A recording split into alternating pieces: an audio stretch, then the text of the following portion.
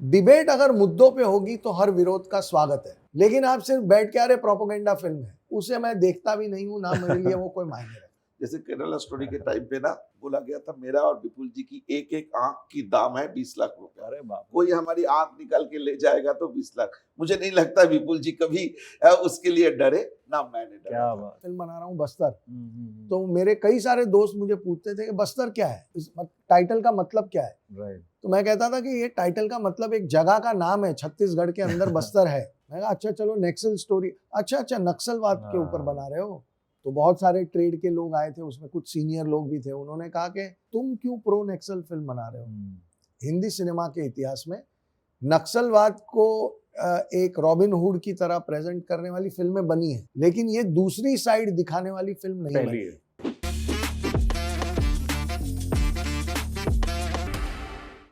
आप देख रहे हैं इंडिया का नंबर 1 म्यूजिक यानी यूथ चैनल मस्ती, और आज मस्ती करने हमारे साथ बहुत ही सीनियर जो गेस्ट हैं, स्टार्स हैं, वो मौजूद हैं। सो वेल, सबसे पहले आपका अभिनंदन करता है ये बंदा। मेरा नाम अभिनंदन सिंह, आपके फेवरेट शो सितारे मस्ती में। और आज के हमारे जो गेस्ट हैं उनको इंट्रोड्यूस करने से पहले मैं बताना चाहूँगा, इनकी फिल्में देख के आप कहते हैं वाह वाह, इनकी फिल्में देख के आप कहते हैं वाह वाह। Please welcome Sudipto Sen and Vipul Shah. वो थैंक यू सो मच। नमस्कार सर, बहुत अच्छा लग रहा है और आज मैं आपके साथ मस्ती करने वाला हूँ। अक्सर आप विपुल सर, सुदीप्तो जी, आप लोगों को एंटरटेन करते हैं, मगर आज हम मस्ती करके आपको भी एंटरटेन करने वाले हैं। बहुत जरूरी है हमारे लिए भी थोड़ा लाइट मूड होना। So very looking forward to. Sir, आप हमारे शो में आ चुके हैं, तो आज मस्ती में भी टीआरपी का तहलका मचने वाला है। जैसे कि आपकी फिल्मों ने 70 mm पे स्टेरॉइड पे किया है। आपकी लास्ट फिल्म केरला स्टोरी, तो सबसे पहले आपको बधाई देना चाहूँगा। व्हाट अ ग्रेट फिल्म, और रोंगटे खड़े कर देने वाली फिल्म थी। और केरला स्टोरीज ने ऐसा तहलका मचाया है, तो बस्तर क्या करने वाली है आप लोग समझ सकते हैं हमारे रिएक्शन से। तो sir, we have seen the teaser, हमने आदर्श शर्मा का वो टीजर भी देखा, सुदीप्तो सेन का मैंने पूरा इंस्टाग्राम स्टॉक किया है। It's good to see you are also very active nowadays. हमें लगता है कि कुछ धमाका तो होगा, but let's hear from horse's mouth the maker, the man himself. Captain of the ship तो हम दोनों ही हैं, Of course. क्योंकि वो ये हमारे डायरेक्टर हैं और मैं प्रोड्यूसर हूँ। हम एक टीम है और मिलके बनाते हैं। बस्तर जो है ये एक बहुत ही इम्पोर्टेंट सब्जेक्ट है, जैसे केरला स्टोरी था। केरला स्टोरी के बाद हम एक उससे भी ज़्यादा शॉकिंग स्टोरी लेकर आ रहे हैं। जब मैंने दादा का जो रिसर्च था वो मैंने देखा, और जब हम बस्तर में गए और वहाँ अलग अलग लोगों से मिले, अलग अलग लोगों से बातें की, उनकी सच्चाई को समझने की कोशिश की, तो मैं एकदम शॉक रह गया। मतलब आप सोचिए कि एक ऐसा वायलेंस उस एरिया में प्रिवेल करता है जहाँ पे हमारी सीआरपीएफ के 76 जवानों को एम्बुश करके मार दिया जाता है। वो एक इंसिडेंस था, पर ओवरऑल पिछले 50 सालों में 15,000 से ज़्यादा जवानों को मार दिया है। अभी रिसेंटली मैंने एक किस्सा पढ़ा जहाँ एक 4 महीने के बच्चे को आयरन के रॉड से पीट के मार दिया। और जब ऐसा वायलेंस आप देखते हैं, सुनते हैं, पढ़ते हैं, तो अंदर से आपकी ना रूह कांप जाती है। और फिर ये होता है कि ये कहानी अगर मैंने नहीं कही तो ये तो मैं बहुत ही बड़ा जुल्म अपने साथ भी करूँगा और इस देश के साथ करूँगा। फिर वो फिल्म बनाने से आप रुक नहीं सकते। और नक्सल हिंसा एक पहलू है। शहरों में बैठे जो इंटेलेक्चुअल्स हैं, जो इनके साथ मिल के और इनको कवर फायर देते हैं, इन्हें एक रॉबिन हुड की तरह प्रेजेंट करते हैं समाज में, और ये बताने की कोशिश करते हैं कि ये लोग एक्चुअली समाज के लिए बहुत अच्छे हैं। उनको एक्सपोज करना उतना ही ज़रूरी था। अब आप सोचिए कि बस्तर के अंदर नक्सली सड़क नहीं बनाने देते, वहाँ स्कूल नहीं लगने देते, हॉस्पिटल नहीं बनने देते, मोबाइल नहीं आने देना चाहते। शहरों में बैठे हुए लोग कहते हैं कि ये लोग जो हैं वो वहाँ के लोगों का भला करना चाहते हैं। ये कौन सा भला है जहाँ पे लोग अपने फैमिली को ट्रीट नहीं कर सकते, अपने बच्चों को पढ़ा नहीं सकते, उनके फ्यूचर को बिल्कुल बर्बाद कर रहे हैं। और हर गांव में हर फैमिली को ये कहा जाता है कि आपके फैमिली का एक बच्चा आपको नक्सलियों को दे देना पड़ेगा, नहीं तो पूरे परिवार को मार देंगे। Very sad. जब आप ये सब देखते हैं, सुनते हैं, एक्सपीरियंस करते हैं, तो आपके अंदर से एक आवाज़ उठती है कि ये तो मैं बोल के रहूँगा और सच बोलूँगा, हिम्मत से बोलूँगा और खुल के बोलूँगा। तो ये हमारी फिल्म का जेनेसिस जिसे कहते हैं, जहाँ से जिस कन्विक्शन से हम शुरू हुए वो यहाँ से। बहुत खूब। एंड आई थिंक जब हम इस तरह का सच बोलते हैं तो बहुत सारी बैकलैश जो है वो हमें फेस करनी पड़ती है, बहुत सपोर्ट भी मिलता है जो जेन्युइन लोग हैं। तो विपुल सर, ऐसे में when you come up with stories like Kerala stories and Bastar, तो बहुत सारी रुकावटें और अड़चनें, विघ्न मैं कहूँगा, जो बीच में आते हैं, तो उन सब से आप कैसे डील करते हैं? बिकॉज ये स्टोरी कहना इतना आसान नहीं है, जो हम सब जानते हैं। You really need guts to do that, to present this. तो if you could share that. देखिए, जब हम शुरू कर रहे थे तभी हमने बैठ के चर्चा की थी कि क्या क्या पॉसिबल मुश्किलें आएंगी, राइट, चाहे केरला स्टोरी हो चाहे अब बस्तर है। हमें पता था कि केरला स्टोरी में क्या क्या हो सकता है, खैर उससे भी ज़्यादा हमें झेलना पड़ा। Right, at the end of the day जब वो फिल्म आई और उसके बाद जो हज़ारों औरतों ने हमें जो खत लिखे या Commendable. इंस्टाग्राम पे हमारे से अप्रोच किया, ऑफिस में आके औरतें मिठाई का डब्बा दे के जाती हैं। वो कहाँ से ऑफिस का एड्रेस ढूंढती है मुझे ही नहीं पता, पर आती हैं, मिठाई दे के जाती हैं, आशीर्वाद दे के जाती हैं, खत लिखती हैं जिनको पता। मैं सोशल मीडिया पे नहीं हूँ तो दादा को तो सोशल मीडिया पे मैसेज कर देती हैं, लेकिन मुझे खत भी आते हैं। अभी भी व्हाट्सएप आ रहे हैं, जब से Z5 पे टेलीकास्ट अभी हुई हाल ही है में रिलीज होगी। इतने व्हाट्सएप आते हैं जो कहाँ कहाँ से लोग देख के। तो वो जो लोगों का जो प्यार होता है, जब आपको लगता है कि एक विषय जो आपको लगा था कि इस देश को इस विषय के बारे में जानना चाहिए, वो विषय जब एक नेशनल कॉन्शियसनेस में बदल जाता है, तो Feeling. उसके बाद कोई नेगेटिविटी आपको टच नहीं करती। राइट, और हम वैसे भी तैयार थे, बस्तर के लिए भी हम तैयार हैं। हमें पता है कि हमारे आगे क्या चैलेंजेस आएंगे। इस सब्जेक्ट को लोगों के सामने लाना चाहते ही हैं, और हम चाहते हैं कि ये सब्जेक्ट भी देश की नेशनल कॉन्शियसनेस का हिस्सा बने और हम एक ऐसा एक्सपोजे करें जिससे कि लोगों की सोच बदले। विरोध या नेगेटिविटी होती है वो असर नहीं करती। वैसे भी क्या है, देखिए, विरोध कौन करता है? जिसे आप एक्सपोज कर रहे हो। एग्जैक्टली। अब जिसको आप एक्सपोज कर रहे हो वो अगर आपको कह रहा है कि आप झूठे हो, तो उसका तो कोई मतलब नहीं है। बहुत खूब, बहुत खूब। उसे आप कहाँ सीरियसली लेंगे? मेरा इन सब लोगों से एक ही कहना है कि आप फैक्ट्स पे हमारे साथ डिबेट करिए। क्या 76 जवान मरे थे या नहीं मरे थे, आप बात कीजिए। क्या वहाँ सड़कें बनने नहीं दी जाती या दी जाती? आप प्रूफ लाइए कि बनाने दे रहे हैं। मैं लाता हूँ प्रूफ के नहीं बनाने दी जाती। डिबेट अगर मुद्दों पे होगी तो हर विरोध का स्वागत है, लेकिन आप सिर्फ बैठ के अरे प्रोपेगेंडा फिल्म है, हाँ, उसे मैं देखता भी नहीं हूँ, ना मेरे लिए वो कोई मायने रखता है। That's how it is. हम तो एक्चुअली फिल्म बनाने के बाद, केरला स्टोरी बनाने के बाद, उसकी सक्सेस को ज़्यादा दिनों तक एंजॉय भी नहीं कर पाए क्योंकि हम इसमें लग गए। क्या बात। क्योंकि ये भी इतना ही इम्पोर्टेंट सब्जेक्ट था और हमारे अंदर से वो आवाज़ आ रही थी कि अभी जल्दी शुरू करो, जल्दी शुरू करो। तो हम तो 1 हफ्ता 10 दिन हमने एंजॉय किया और हम लग गए। But to be very honest, जो प्यार हमें मिला, जो रिस्पेक्ट हमें मिला उस फिल्म के बाद, वो इतना अमेजिंग है कि उसके बाद ये छोटा मोटा विरोध कोई क्या मायने बात। नहीं। और विपुल सर ने, मैं ज़्यादा नहीं जानता हूँ बट इनसे आज मुखातिब हुआ हूँ मैं, मगर डिबेट की बात की जाए, मुझे लगता नहीं है इन फिल्मों के ऊपर कोई डिबेट करे तो वो जीत सकता है। बिकॉज वो कंटेंट वाइज बहुत स्ट्रॉन्ग है। दूसरा, he is also number 3, so I am sure it's a number of justice.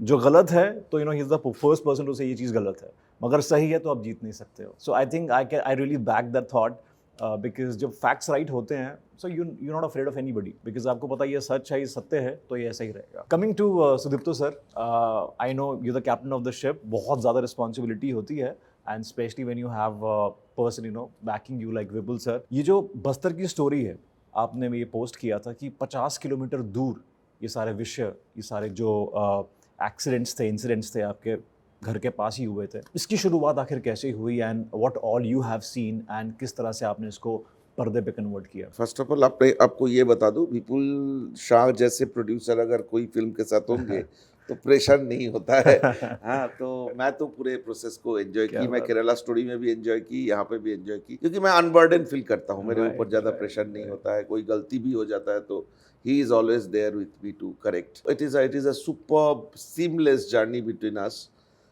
This is one. Number 2 ये है कि ये जो मूवमेंट है ना, ये मूवमेंट बहुत पहले शुरू हुई थी। हाँ, 1897 में कम्युनिस्ट पार्टी मूवमेंट शुरू हुई थी हमारे देश में। मैं आपको हिस्ट्री से ज्यादा बर्डन नहीं करूंगा। प्लीज, हम चाहते हैं, हमने बहुत मस्ती की है आज। हिस्ट्री से मैं ज्यादा बर्डन नहीं करूंगा, लेकिन आपको कॉन्टेक्स्ट समझना बहुत जरूरी है। तो 1907 में ब्रिटिशर्स ने एक कानून लेके आया था, जो जहाँ पे था कि जिन्होंने जमीन मतलब जमीन में Of जो course, फसल yeah. बनेगा उस फसल की डिस्ट्रीब्यूशन कैसे होगा उसको Right. लेके एक कानून बना था। तो तेलंगाना में हम्म। जो अभी राज्य बना, पहले आंध्र प्रदेश की Right. हिस्सा था, तेलंगाना में एक तेभागा मूवमेंट हुई थी, राइट जहाँ पे कुछ किसान ये एग्रीकल्चर लीडरशिप उन्होंने तैयार किया था कि जमीन में जो प्रोड्यूस होगा वो 3 टुकड़े में इक्वली डिवाइड होगा। एक हिस्सा गवर्नमेंट ले जाएगा टैक्स की तरह, एक हिस्सा जिनकी जमीन है वो लेंगे, राइट एक हिस्सा जो जमीन में काम करेगा, टीलर्स बोलते हैं जिनको, जिन्होंने अपना पसीना बहाएंगे उनको चला जाएगा। राइट ये किसी के लिए एक्सेप्टेड नहीं था, जमींदारों के लिए एक्सेप्टेड नहीं था, ब्रिटिशर्स के लिए एक्सेप्टेड नहीं था। तो ये एक वायलेंट मूवमेंट में बन गया था। तो उस मूवमेंट को सारे उस समय पे जनसंघ थे, कांग्रेस था, सब मिलके उसको विरोध किया था, मतलब उसके सपोर्ट में। तो ये चल रहा था।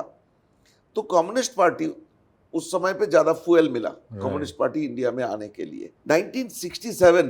1967 में क्या हुआ कि कम्युनिस्ट पार्टी 2 पार्ट में डिवाइडेड हो गया। राइट एक जो इंडियन डेमोक्रेटिक सिस्टम के साथ रहने के लिए फैसला किया, इलेक्शन में पार्टिसिपेट किया, और एक पार्ट वो चाइना की जो कम्युनिस्ट मूवमेंट 1962 में जब 60 में जब चाइना में रिवॉल्यूशन हुआ था और करीबन 40 लाख लोगों को 2 साल में मार दिया गया था, तो वो जो वायलेंट एक बात था उसको अडॉप्ट किया। और उसकी तहत एक पर्टिकुलर इंसिडेंस हुई थी। एक दिन 11 जुलाई का दिन था 1967 में, वो नक्सलबाड़ी जो दार्जिलिंग डिस्ट्रिक्ट में आता है, जो मेरे घर से 40 किलोमीटर दूर है, 50 फैक्ट्स भी राइट। हाँ, तो वहां पे एक दिन दोपहर को मार्केट में 6 जमींदारों को खड़ा करके गोली मार दिया जाता है। वो है इस मूवमेंट की शुरुआत। तो वो मेरे घर के बगल में था, हालांकि तब मेरा जन्म में ही नहीं हुआ था, लेकिन मेरी फैमिली में मेरी एल्डर सिस्टर, मेरी जीजा जी, ये लोग सब इस मूवमेंट के साथ। तो क्या हुआ, इतने बड़े एक इंसिडेंट्स हुई, और 2-3 साल 7-8 साल पहले चाइना में रिवॉल्यूशन हुआ, चाइना में इतने बड़े एक इंसिडेंट्स होने लगा माओ सेतुंग की लीडरशिप में। तो सब इंटेलेक्चुअल्स बहुत एक्साइटेड थे कि इंडिया भी चाइना की तरह पावर ग्रैब कर लेंगे ये माओइस्टों ने। तो मेरी घर भी उनमें इम्पैक्टेड था। ये बहुत बड़ा एक मूवमेंट बना था, हजारों की तादाद में लोगों को मरते हुए देखा है हमने, हम लोगों ने। मतलब मैं आपको इंसिडेंट्स बताऊं, 1977 में जब इमरजेंसी खत्म हो गया, और उस दौरान मैं तब कलकत्ता में शिफ्ट किया जलपाईगुड़ी से। एक दिन सुबह मेरी कॉलेज से, मेरी स्कूल से बहुत नजदीक है प्रेसिडेंसी कॉलेज, कलकत्ता का बहुत मशहूर कॉलेज है। कॉलेज की बाहर एक बरगद की पेड़ है, उस पेड़ में 8 डेड बॉडी टांगे हुए थे सुबह। तो इस तरह की सिचुएशन बंगाल में हो रहा था। वो स्लोली पर्कुलेट करते करते बंगाल से बिहार, बिहार से झारखंड, झारखंड से उड़ीसा, सदर्न जर्नी शुरू की, और तेलंगाना के साथ मिलके एक पूरे देश में, आपको बता दूं इस देश में 662 शायद डिस्ट्रिक्ट्स है पूरे देश में। उनमें एक समय पे, उस समय पे करीबन 279 या 270, एग्जैक्ट नंबर मुझे याद नहीं है, डिस्ट्रिक्ट इम्पैक्टेड था। बाय द टाइम इमरजेंसी हट गए, उस समय पे ये 149 डिस्ट्रिक्ट्स, मतलब almost 20% of India was impacted by, इसको बोलते हैं LWE, लेफ्ट विंग एक्सट्रीमिज्म, उसको बंद कर दिए थे। तो मतलब सारे इंडिया में ये एक इंटेलेक्चुअलों की मीटिंग में तब्दील हो गया।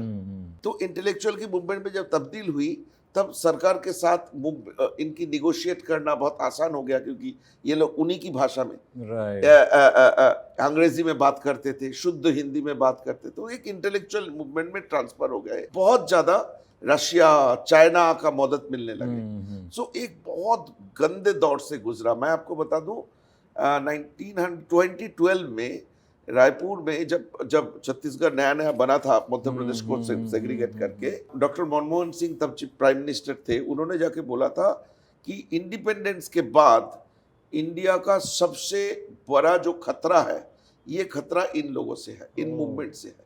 अब उसके बाद और 20-30 साल गए, 1977 से लेकर 12 साल, वो और ज्यादा बढ़ गया। और उसके बाद गलत पॉलिसीज, लोगों की प्रॉब्लम को ठीक से समझना, ये सब मिला जुला के एक मूवमेंट को किसी ने ठीक से कंट्रोल नहीं कर पा रहे थे।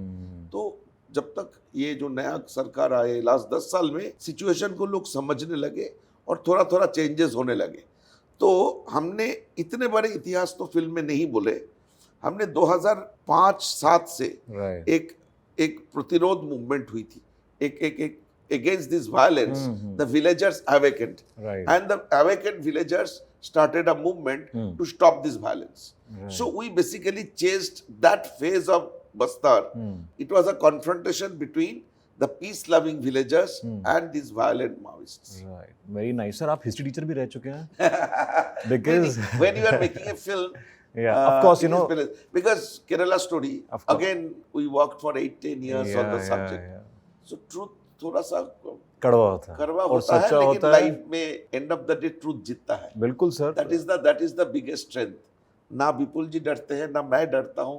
जैसे केरला स्टोरी के टाइम पे ना बोला गया था, मेरा और विपुल जी की एक एक आंख की दाम है 20 लाख रुपया। अरे बाप, कोई हमारी आंख निकाल के ले जाएगा तो 20 लाख। मुझे नहीं लगता विपुल जी कभी उसके लिए डरे, ना मैंने डरा, क्योंकि We are empowered with the truth. क्या बात है। और आई थिंक एंड में जो मर्जी हो, सत्य की विजय होती है। Absolutely. बाकी सर आप जनता जो है, आप समझदार हैं, आप समझ सकते हैं जिस डायरेक्टर ने, जिस प्रोड्यूसर ने इतनी डिटेलिंग में काम की है, जब लिटरली हमें पूरा बस्तर का स्टोरी एक तरह से सुना दिया। फिल्म वाला नहीं है ये, बट आई थिंक तो फिल्म में कितना मजा आने वाला है। एंड आई थिंक जब डायरेक्टर्स डिटेलिंग में काम करते हैं, एक छोटे सीन में इतना ज़्यादा आप रिसर्च करते हैं, काम करते हैं, और कुछ ऐसी चीज़ें जो अननोटिस जाती हैं, थोड़ा दुख होता है डायरेक्टर को, मगर ऑडियंस जो समझती है तो बहुत मज़ा आता है। विपुल सर, ऐसी कुछ चीज़ें रही हैं जो केरला स्टोरीज में आपने बहुत डिटेलिंग में काम किया, वी ऑल नो दैट, मगर आपको लगता है जनता ने शायद वो नोटिस ना की हो, या करनी चाहिए थी ऐसी कोई चीज़? एक्चुअली यू नो सरप्राइजिंगली जनता ने वो भी देखा जो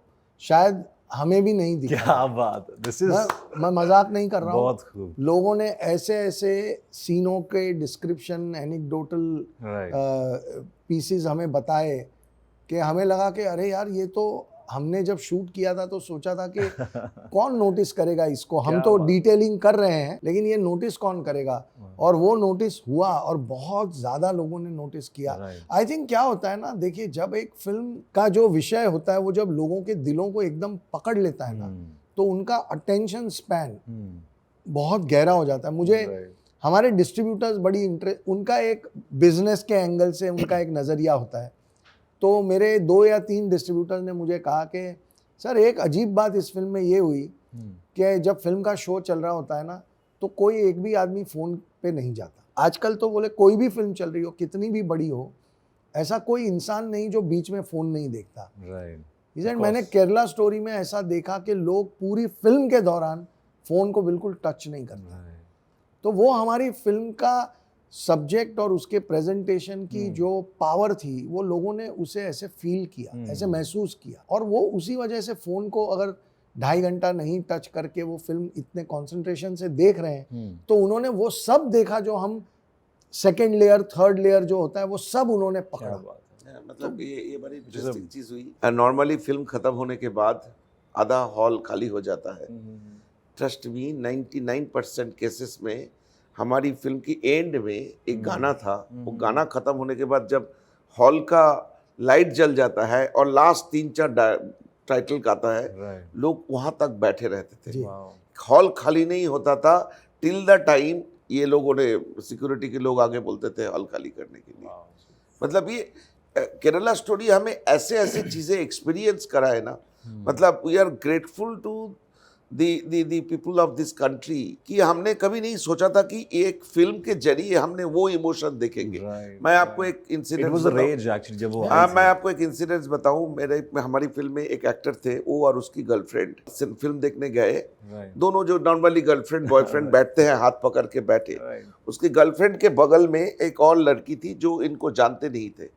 bye the time the film is at 20 minutes, जहाँ पे वो एक रेप सीन है, वो बोला कि मैं ये विटनेस कर रहा था, उसकी गर्लफ्रेंड उसका हाथ छोड़ देते हैं और बगल वाले जो लड़की बैठी है, जो एक दूसरे को नहीं जानते, दोनों की हाथ पकड़ लेते हैं और I can see the movement of their nerves. मतलब इतने जोर से पकड़े हैं, दोनों रोए जा रहे हैं और दोनों की हाथ पकड़ के रखे। तो इस तरह की इमोशन, मतलब I should be thankful to Vipul ji who dared to do this film, the universe that ये experiences हमें हुई. Exactly and I think directors अक्सर चाहते हैं कि उनकी डिटेलिंग जो है वो नोटिस हो, मगर when audience understand more than detailing और अपने एक अलग पर्सपेक्टिव से देखती है, I think it's the biggest complement reward that you know any film maker can get. Yes, of And of course. course, when I was watching Kerala Stories, I was like, this is the same Vipul sir who's made one of my favorites, Namaste London, and films like हम सब ने देखी sir की film, इतनी सारी बेहतरीन film. Sir ऐसे में we've seen, you know, you have a connection with London, England and all those other commercial films. ऐसे में how did Kerala Story and films like Bastar happened? Because it's been like, you know, path breaking for you as well. नहीं, मैंने वैसे तो theatre में Of course, मेरी गुजराती शुरुआत theatre हुई है. थिएटर से, तो पृथ्वी थिएटर में हमने हर किस्म के सब्जेक्ट किए हुए थे. हालांकि फिल्मों में मैंने इस टाइप का सब्जेक्ट नहीं किया था कभी भी. कोइंसिडेंटली अगर आप देखेंगे इसी दौर में मैंने एक शो किया ह्यूमन, जो Yes. डिज्नी हॉटस्टार पे है, Yes. जो मैंने और मोजेस सिंह ने डायरेक्ट किया बहुत था. अलग शो था वो भी. वो भी एक एक्सपोजे था, यू नो, जो ह्यूमन ड्रग टेस्टिंग के फेज में जो गड़बड़ियाँ होती हैं, और वो भी बहुत ग्रिटी और इंटेंस शो था. या तो ये कोइंसिडेंस है या पता नहीं क्या है, ये मेरी किस्मत थी कि सुदीप्तो दादा मेरे पास आए, उन्होंने मुझे एक स्टोरी नरेट की, और मैं स्टोरी सुनते ही मैं एकदम अंदर से हिल गया, Right. और मैं No एकदम wonder. इमोशनल हो गया, और मैंने कहा कि ये फिल्म बनाना एज अ प्रोड्यूसर ये मेरी जिम्मेदारी है. क्योंकि अगर ऐसा हमारे देश में हो रहा है, और अगर आज हमें पता है और हम इसके ऊपर काम नहीं करेंगे, तो ये तो बहुत बड़ी नाइंसाफ़ी होगी with all the girls who are suffering, everybody who is part of this. वैसा ही बस्तर के बारे में था. जब मैंने बस्तर का भी पूरा रिसर्च देखा, ब्लेटेंटली इतना गलत काम इतने सारे लाखों गरीब लोगों के साथ हो रहा है, और इसके बारे में किसी को पता ही नहीं. मैं आपको बता रहा हूँ कि मैं लोगों को, जब मैंने कहना शुरू किया कि मैं एक फिल्म बना रहा हूँ बस्तर, तो मेरे कई सारे दोस्त मुझे पूछते थे कि बस्तर क्या है, इस टाइटल का मतलब क्या है. Right. तो मैं कहता था कि ये टाइटल का मतलब एक जगह का नाम है, छत्तीसगढ़ के अंदर बस्तर है. Right. अच्छा, मैं कहा अच्छा चलो नक्सल स्टोरी, अच्छा नक्सलवाद के ऊपर बना रहे हो, तो बात समझ में आती है. अभी हमने जब टीजर पहली बार हमने ट्रेड के कुछ लोगों को दिखाया, तो बहुत सारे ट्रेड के लोग आए थे, उसमें कुछ सीनियर लोग भी थे. उन्होंने कहा कि तुम क्यों प्रो नक्सल फिल्म बना रहे हो. उनकी ये धारणा थी कि यू नो, क्योंकि भारत के हिंदी सिनेमा के इतिहास में नक्सलवाद को एक रॉबिन हुड की तरह प्रेजेंट करने वाली फिल्में बनी हैं, लेकिन ये दूसरी साइड दिखाने वाली फिल्म नहीं बनी है. तो लोगों को लग रहा था कि ऐसी फिल्म हो ही नहीं सकती. तो देखने के बाद वो भी दंग रह गए कि अरे तुम तो एक्चुअली नक्सलियों को एक्सपोज कर रहे हो, तो इतनी हिम्मत कहाँ से आई. तो मैं कहा अब केरला स्टोरी बनाने के बाद अगर आप ये कहानी मिले और आप ना बनाओ, तो फिर ये तो बहुत ही गलत बात हो जाएगी. मैं अपने आप को ही माफ़ नहीं कर पाऊंगा कि ये विषय तुम्हारे पास थे, तुम्हारे सामने आए भी, और तुमने नहीं बनाया. तो मुझे बहुत अजीब लगता अपने साथ. Right. तो मेरे लिए ये फिल्में बनाना, दोनों ही फिल्में बनाना बहुत ज़रूरी था. क्या बात. और I totally feel you sir, because people like us who are spiritually very inclined, हमारे लिए तो होता है कि रात को सोना मुश्किल हो जाएगा अगर हमें पता है कि ये सत्य दिखाना है और हम दिखा नहीं पा रहे हैं. So I think I totally understand. Sir ऐसे में फिल्म, एक अच्छे निर्माता, एक अच्छे प्रोड्यूसर हो तो फिल्म अच्छी बनती है, कलाकार होना बहुत ज़रूरी है. और ऐसे में ऑफ कोर्स अदा शर्मा ने बहुत बेहतरीन काम किया, अपनी बाखूबी अदा का प्रदर्शन किया इस फिल्म में. एंड ऑफ कोर्स बस्तर में भी हमने टीजर में देखा है. मगर क्या वो फिल्म की पहली चॉइस थी, या और भी आपने एक्टर्स को अप्रोच किया था, दैट डिडंट वर्क, और बस्तर के लिए कैसे रहा कास्टिंग का प्रोसेस? क्या था कि केरला स्टोरी में अदा को चूज करना थोड़ा डिफिकल्ट था. Right. क्योंकि हमने जो कैरेक्टर है शालिनी उन्नीकृष्णन, वो एक मलयाली कैरेक्टर है. Right. तो हमने पहले तो मलयालम सिनेमा से एक्टर ढूंढ रहे थे, फिर तमिल सिनेमा से ढूंढे. अदा को हमने बाद में सिलेक्ट किए. Right. अदा का एक कनेक्टिविटी था क्योंकि उसका ग्रैंड मदर केरला से है एंड ऑल दिस. अदा की सिलेक्शन केरला स्टोरी में डिफिकल्ट था. लेकिन केरला स्टोरी में मुझे लगता है कि अदा की परफॉर्मेंस हमारी हिंदी सिनेमा की एक्टिंग की दुनिया में one of the finest performances. उसने जो कैरेक्टर को जिया है जिस तरह, हमारे लिए बस्तर में अदा का सिलेक्शन ज़्यादा कठिन नहीं था. Right. जस्ट एक फ़ोन कॉल था, अदा हम शूट कर रहे हैं, आ जाओ. जो इतना वर्सेटाइल एक एक्टर, जो एक कैरेक्टर को पूरे घर की, आपको मालूम है, आपको मैं 2 स्टैटिस्टिक्स दूँ, ये मेरी एक सोशल मीडिया हैंडलर ऑपरेटर दोस्त ने बताया, आदा की जो कैरेक्टर है ना फिल्म में, शालिनी उन्नीकृष्णन, करीबन 25 से 30 हजार अलग अलग हैंडल से सिर्फ पेंटिंग किया गया है। ये हिंदी सिनेमा की हिस्ट्री में हुई नहीं। मैंने उनको बोला कि आप एग्जैक्ट नंबर, वो लोग स्कैन कर सकते हैं, मतलब अलग अलग जगह पे अलग अलग बच्चे पेंटर्स आदा की कैरेक्टर को पेंटिंग किए हैं। किसी ने नेल आर्ट बनाया, ये शालिनी उन्नीकृष्णन की कैरेक्टर को नेल, आपको क्या लगता है कि ये पागलपन नहीं है? तो मतलब ये जेन्युइन पागलपन नहीं है तो क्या है?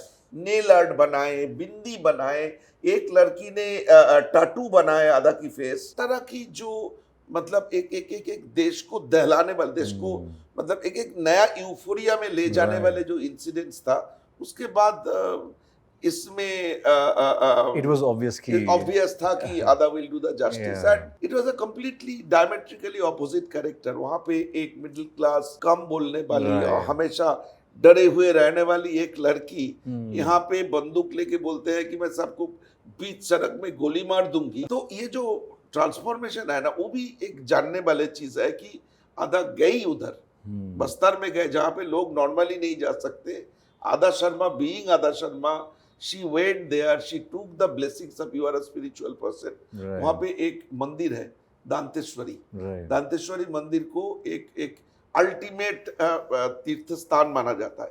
आदा वहां पे पर्सनली गई, वहां से आशीर्वाद ली, उसके बाद वहां की सीआरपीएफ, कोबरा, सबके से वो ट्रेनिंग ली, वो रही उधर ये करनी, because she is playing an IPS officer. तो वहां पे जो आईपीएस ऑफिसर्स है, उस आईपीएस ऑफिसर्स कैसे बात करते हैं, बंदूक कैसे पकड़ते हैं, ये सब सीखी। And then it was a cake walk.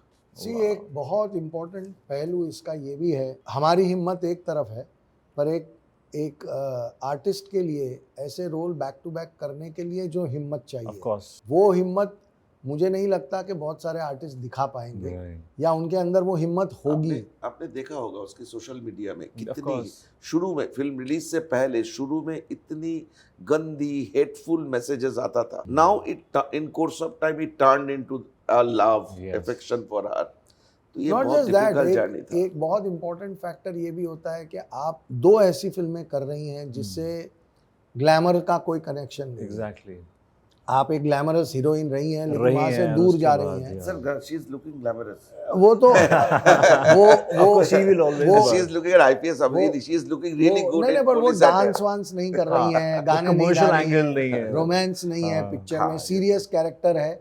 लेकिन उस ये एक पहलू है, और दूसरा पहलू ये है कि जब आप ऐसी फिल्में करते हैं तो आपसे बहुत सारे लोग दूर भाग जाते हैं, ऑफ कोर्स। तो ये सब जानते हुए भी ये दो फिल्में बैक टू बैक करना, उसकी जो हिम्मत अदा में है, वो रियल सैल्यूट के काबिल है। Kudos to Ada, and especially when it comes from such legendary filmmakers. So I think it's the biggest compliment for Ada once again on our show मस्ती।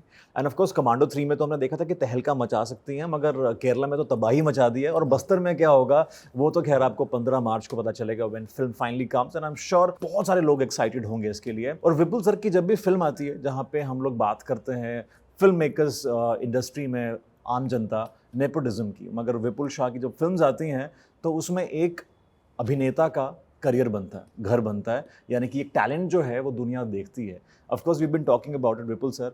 सो आपकी फिल्म में ऐसा होता है कि किसी ना किसी एक्टर का करियर बन जाता है। Of course we start from Vidyut Jammwal, जिन्होंने आपके साथ शुरुआत की थी फिल्म फोर्स में। अभी हाल ही में हमारे जो पिछले गेस्ट थे वो विद्युत थे, उनके ऑपोजिट अर्जुन है। And now you know we also had another star you had in Kerala Stories, Pranav, and Bastar में भी I'm sure कोई ना कोई ऐसा होगा who will outshine, you know, because it's Vipul sir's film. So sir, how do you, लोगों को बहुत बस्तर में आपको जरूर मैं नाम भी ले लूंगा, इंदिरा तिवारी हैं, उनको आप जरूर देखेंगे और आपको सरप्राइज होगा। विजय हैं हमारे, एक बहुत बेहतरीन एक्टर हैं, उनको आप एक मतलब एक लोगों के लिए रेवलेशन होगा। आपने अर्जुन की बात की, अर्जुन रामपाल मेरी आंखें में, that was Arjun second film. उनकी पहली फिल्म थी मोक्ष, पर मोक्ष रिलीज नहीं हुई थी जब हमने आंखें की। विद्युत खैर, आदित्य रॉय कपूर भी हैं। एक सबसे खूबसूरत बात यह है, या एक्शन रिप्ले में लंदन ड्रीम्स, तो एक खूबसूरत बात यह है कि मैं अपने आप को बहुत खुशकिस्मत मानता हूँ कि मुझे ये बहुत ही अमेजिंग टैलेंटेड लोग मेरे पास आते हैं और मैं उनके साथ फिल्म कर पाता क्या हूँ। बात। I don't think of it कि मैं उनके लिए कुछ कर रहा हूँ। मुझे ऐसा लगता है कि मैं मौका दूं या ना दूं, ये वो टैलेंट है जिसको मौका मिलना ही है। क्या बात है। उन्होंने कुछ ना कुछ ज़बरदस्त काम करना ही है। ये मेरी खुशकिस्मती है, ये मेरी करियर में एक गुडविल की तरह आता है कि मैं इतने टैलेंटेड लोगों को मैं डेब्यू का मौका दे रहा हूँ। ऐसा लगता है, मैं मौका नहीं देता। क्या बात है। Actually it is the other way round. ये मणिरत्नम साहब ने एक रहमान के लिए बहुत खूबसूरत बात बोली थी। उनको लोगों ने पूछा कि आपने ए.आर. रहमान को लॉन्च किया है, तो उन्होंने कहा ए.आर. रहमान तो सोना है, उसे मैं नहीं, कोई तो लॉन्च करने ही वाला था। ये मेरी खुशकिस्मती है कि मैं उसे लॉन्च कर पा रहा हूँ। तो ये सारा जो नया टैलेंट आता है पूरी इंडस्ट्री में, अगर मुझे उनको लॉन्च करने का मौका मिल रहा है तो I feel I am lucky. Sir विद्युत, अभी मैं रिसेंटली लास्ट शो में उनसे बात कर रहा था for his film, and of course you know he loves you, all the you know talent that you have produced, they love you a lot. So 10 साल के बाद अब उनका खुद का प्रोडक्शन हाउस है, you've seen him growing, so what do you have to say on his journey? देखिए, एक विद्युत का एक कंट्रीब्यूशन हिंदी सिनेमा में आने वाले समय में बहुत ज़ोर शोर से उसकी बात होगी, वो होगी कि hand to hand combat right, को विद्युत ने बदल दिया। बिल्कुल। विद्युत कमांडो 1 में जब आया था या फोर्स में जब आया था, उससे पहले का आप हैंड टू हैंड कॉम्बैट देखिए। हमारे यहाँ एक्शन स्टार कमाल के थे, बच्चन साहब थे, अक्षय था, अजय है, सब ग्रेट एक्शन स्टार्स हैं, लेकिन हमारे पास वो टेक्निक नहीं थी, वो हमारे पास उस तरीके का नो हाउ नहीं था जो हमने कमांडो से इस इंडस्ट्री में आया, ऐसा मैं मानता हूँ।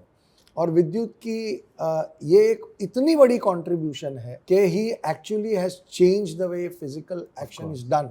और अब मैं देखता हूँ तो हर फिल्म में एक्शन का स्तर जो है वो पहले के मुकाबले बहुत बेहतरीन है। तो मुझे लगता है कि ये ऐसा कंट्रीब्यूशन है जो कभी कोई भूलना नहीं चाहिए किसी को। मैं ऐसा भी मानता हूँ कि उसे उसका ड्यू क्रेडिट नहीं मिलता, लेकिन हिस्ट्री हमेशा हाइंडसाइट में क्रेडिट देती है। क्या बात है। तो उसे हाइंडसाइट में ये क्रेडिट ज़रूर मिलेगा and he deserves it. बहुत खूब सर, आई एम श्योर विद्युत देख रहे हैं, he'll be really happy when comes you know such words from his mentor. Sir ऐसे मैं जनता जानना चाहती है, और खिलाड़ी कुमार सर नमस्ते लंदन का सीक्वल अगर हो जाए तो मज़ा आ जाएगा sir. Even I would love to do a film with Akshay. Thank you sir, love you sir, मैं ये सुनना चाहता था, मज़ा आ गया।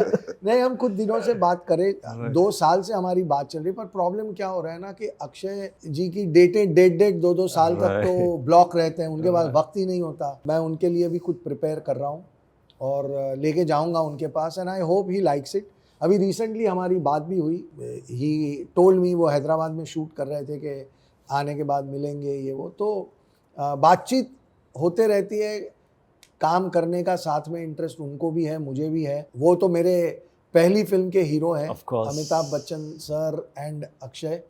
सो वो मेरी ज़िंदगी में एक स्पेशल जगह पे हमेशा रहेंगे। तो it will be again a great pleasure to work with him. पर अब वो 1.5-2 साल की डायरी में कहीं एंट्री मार के घुसना पड़ेगा विद अ ग्रेट स्टोरी, ऐसा लग रहा है। Sir London Dreams of course is one very interesting film जिसमें कि Salman Khan, Ajay Devgn, you know we work with them. Sir London, Namaste London, Namaste England, there has been a connection of London in your films, जो अब as a audience मैं भी miss करता हूँ। उस era से इस एरा में बहुत डिफरेंसेस आए हैं। सो ये जो फ्लेवर है आपका लव फॉर लंदन, एक तो ये क्यों है और ये फ्लेवर कब वापस आएगा? नहीं, देखिए, लंदन एक ना भारत के साथ किसी देश का अगर सबसे ज़्यादा लव हेट रिलेशनशिप है तो वो यूके का है, क्योंकि उन्होंने हमारे ऊपर राज किया, फिर हमने उन्हीं से लड़के आज़ादी ली, फिर एक पूरे की पूरी हमारी जनरेशन वहाँ जाके सेटल हुई। तो लंदन या यूके के साथ हमारा बहुत गहरा लव हेट रिलेशन है। अब हम कोहिनूर भी वापस मांग रहे हैं और बहुत कुछ हम उनसे वापस मांग रहे हैं। जब आप कहानी वहाँ प्लेस करते हो तो हमारे देश की जनता को वो ऐसा नहीं लगता कि ये तो कोई विदेशी कहानी है। उन्हें लगता है कि लंदन तो अपना ही है, थोड़ा सा एक्सटेंशन वाला मामला है। इसलिए लंदन को मैंने ज़्यादा अपनी जो फिल्में मैंने विदेश में बनाई उसमें उन कहानियों में लंदन मेरा ज़्यादा ये रहा। वैसे मैंने बुडापेस्ट में फोर्स 1 शूट की थी, जॉन के, फोर्स 2 जॉन के साथ शूट की थी वहाँ। फिर मैंने ऑस्ट्रेलिया में सिंग इज किंग की थी शूट, और फिर मैं लंदन ड्रीम्स में पेरिस भी गया, और नमस्ते इंग्लैंड के लिए भी हम ब्रसल्स भी गए। राइट। तो फिल्म की कहानी आपको ले जाती है कहाँ कहाँ, जहाँ ले जाती है वहाँ जाना पड़ता है। सिंग इज किंग में तो हम इजिप्ट Yeah. भी गए, पिरामिड्स के आगे गाने भी शूट किए। दैट वाज लाइक तो I mean that became like iconic song. Iconic song. तो बट हाँ, लंदन एक स्पेशल जगह ज़रूर रखता है भारतीयों के लिए। Of course. लेकिन अब वो वक्त है कि अब हम अपनी कहानियां लोगों को बताएं। लोगों को अब पूरी दुनिया को ये जानना है कि भारत में क्या हो रहा है। Absolutely sir. तो- सर, लोगों को ये भी लगा था कि शायद लंदन ने आपको पीआर भी ऑफर कर दिया बिकॉज आपने लंदन के लिए इतनी फिल्म्स बनाई थी, तो ये रूमर है कि ये सच है? आई विश कि वो खुद देते लेकिन I hope ऐसा लंदन वो लोग बहुत अच्छे बिजनेसमैन है, वो ऐसे कुछ देते नहीं आपको। लेकिन हाँ, फिल्में मैंने वहाँ 3-4 बना दी, तो वो Right. एक बात तो ज़रूर है। राइट। उनसे उनके टूरिज्म का जो बेनिफिट हुआ हाँ। होगा वो हुआ होगा। क्या बात है सर। अक्सर बिकॉज हम बात कर रहे थे before the show starts about number 3 spirituality and budgets को लेके आप बहुत बेहतरीन मैनेज करते हैं, you very good with finance. Film को जो हिट करती है फ्लॉप करती है, दैट्स बजट। एंड आपकी फिल्म के बजट बहुत इंटैक्ट रहते हैं, you very particular about it. So if you want to share few mantras how to manage finances during filmmaking. Actually सबसे इम्पोर्टेंट हिस्सा होता है कि आपकी और आपके डायरेक्टर की ट्यूनिंग होनी चाहिए। Right. वेदर आई एम जब मैं डायरेक्ट करता हूँ तो मैं बहुत डिफ़िकल्ट डायरेक्टर हूँ for producer Vipul Shah, because मैं प्रोड्यूसर विपुल शाह को बिल्कुल भगा देता हूँ रूम से बाहर और मैं अपनी मर्जी से करता हूँ। बट जब मैं किसी जैसे दादा के साथ कर रहा हूँ, या मैंने अनीस बाज़मी साहब के साथ फिल्म बनाई, या मुर्गाडॉस सर के साथ बनाई, तो बहुत ही इम्पोर्टेंट होता है कि आप और आपके डायरेक्टर जो हैं वो बिल्कुल तालमेल से चल रहे हैं। तो मैं अगर बजट कंट्रोल कर सकता हूँ वो सिर्फ इसलिए कर सकता हूँ कि मेरे डायरेक्टर का मुझे पूरा साथ है। अगर ये ज़िद पे अड़ जाएं तो मैं बजट को कंट्रोल नहीं कर पाऊँगा।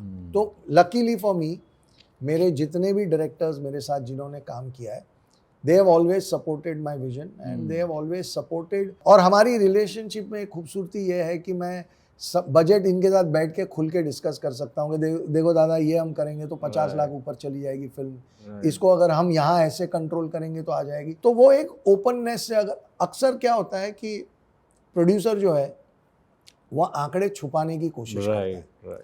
मैं वो नहीं करता, मैं पहले दिन पूरा बजट टेबल पे रख देता हूँ कि ये है, और आप और मैं मिल के फिल्म को बनाएंगे। फिल्म अच्छी बनाना सबसे ज़्यादा ज़रूरी है। मतलब ऐसा है कि अब मैं आपको बस्तर की बात बता रहा हूँ कि 2 क्लोजअप, लिटरली एक भी डायलॉग नहीं, सिर्फ 2 रिएक्शन के क्लोजअप, लाइट उस दिन ढल गई और रह गए। हमने फिल्म देखी, मैंने दादा को कहा, दादा ये 2 क्लोजअप तो हमें शूट करने ही पड़ेंगे। ये मना कर रहे थे, नहीं विपुल जी निकल जाएगा एडिट में। मैं कहा नहीं दादा, ये तो बहुत इंपॉर्टेंट है, ये शूट करने। तो वो 2 क्लोजअप लेने के लिए हमने पूरे दिन का शूटिंग लगाया। तो वो मेरी ओर से भी वही होता है कि फिल्म अच्छी बननी चाहिए, और आप खुल के अपने डायरेक्टर के साथ ओपननेस से सारे बजट के नंबर टेबल पे रखिए। आपका डायरेक्टर आपके साथ फुल्ली कोऑपरेट करके ही फिल्म बनाएगा, क्योंकि वो आपका साथी है, वो आपका दुश्मन नहीं है। क्या बात है। जब आप छुपाते हैं चीजें तो शक पैदा होता है, वो शक नहीं पैदा होना कोई भी फिल्म की सक्सेस अगर सक्सेसफुल होना है ना, you need a vision. Right. और वो विजन प्रोड्यूसर एंड डायरेक्टर का विजन अगर एक साथ ना होना, इम्पॉसिबल है सक्सेस। आप कोई भी दुनिया की, कोई भी, इंडिया छोड़िए, दुनिया का कोई भी जगह पे कोई भी सक्सेसफुल फिल्म के पीछे, सक्सेसफुल एक्सपीरियंस के पीछे अब दोनों की विजन की इम्पोर्टेंट आई एम श्योर। ना कुछ कोनो ईगो की इशू होता है, ना कोई वन अपमैनशिप का इशू होता है। अगर आपको आपकी क्राफ्ट, आपकी आर्ट को अगर आपको बिलीव करना है, तो you have to be the best manager of your emotions.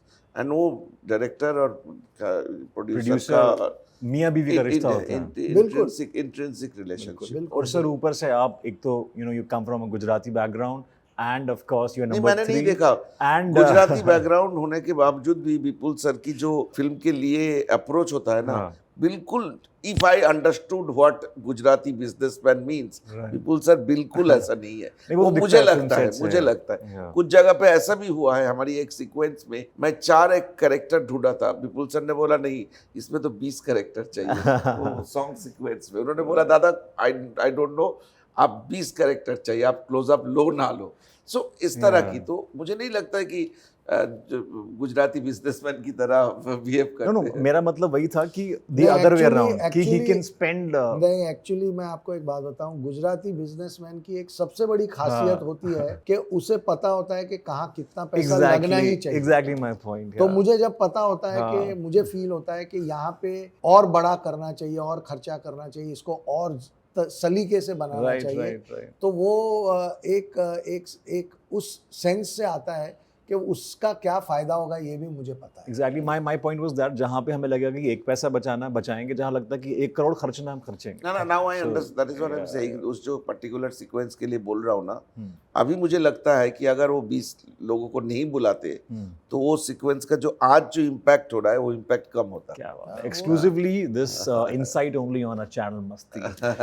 Sir बहुत मजा आया, मगर जाने you. से पहले एक सवाल, बिकॉज आज का टाइम जो सोशल मीडिया का है, you have seen decades, you have seen different era of cinema, मगर आजकल सोशल मीडिया का ज़माना है, इंस्टाग्राम रील्स का ज़माना है, यूट्यूब शॉर्ट्स का ज़माना है। ऐसे में बहुत सारे डायरेक्टर्स, फिल्म मेकर्स कहते हैं कि अटेंशन स्पैन लोगों को कम हो चुका है, जहाँ पे हर 2 मिनट के बाद फिल्म में हमें you have to give a breakout, अब हमें शायद हर 30 सेकंड के बाद देना पड़ेगा या 60 सेकंड के बाद। So as a filmmaker do you also feel कि आपकी फिल्म मेकिंग में यहाँ भी चेंजेस आए हैं? देखिए, मैं आपको एक सिंपल बात बताता हूँ, अगर आपकी कहानी में पावर है और आपका नरेटिव सच्चा है, आप अगर स्क्रीन प्ले को मैनिपुलेट करेंगे थिंकिंग के अच्छा ऑडियंस तो ऐसा देखना चाहती है, ऑडियंस वैसा देखना चाहती है, आप इनवेरिएबली गलत फिल्म बनाएंगे।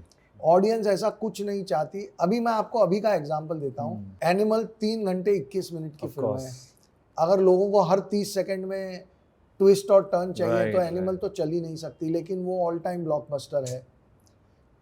देखिए, जब नहीं चलनी होती ना तो 1.5 घंटे की फिल्म भी नहीं चलती, ऐसे भी बहुत सारे एग्जाम्पल हैं। बहुत खूब। तो लेंथ ऑफ द फिल्म या shock value of the film audience नहीं चाहती। ऑडियंस एक बहुत अच्छी कहानी, एक बहुत अच्छी तरीके से बोली हुई कहानी देखना चाहती है, और जब आप वैसा ईमानदारी से काम करते हैं तो लोग आपकी फिल्म को बहुत पेशेंस से अप्रिशिएट करके देखते हैं। You've given us a very different perspective now, and I'm sure और भी जो फिल्म मेकर्स देख रहे होंगे उनको भी काफ़ी अच्छा एक पॉइंटर मिला होगा। But sir, we wish you all the really best. Kerala stories ने तहलका मचाया है, बस्तर ने ऑलरेडी टीजर के साथ तबाही मचा दी है। अब आगे क्या होने वाला है वो तो हमें 15 मार्च को पता चलेगा। But wish you very all the best Vipul sir, Sudipto sir, thank you so much. And I hope आपको भी बहुत मज़ा और मस्ती किया आपने बहुत हमारे अच्छा शो लगा। में। मज़ा आया, थोड़ा लाइट हार्टेड भी रहा, so feel little relieved. Otherwise हर इंटरव्यू बड़ा टेंस हो जाता है। राइट सर, हमारी ये फिल्में ऐसी है ना, बड़ा एग्जैक्टली। हाँ, टेंस हो जाता है, so we enjoyed a lot. और जाने से पहले आप जानते हैं एक सेल्फी मस्ती होगी, तो आ जाइए।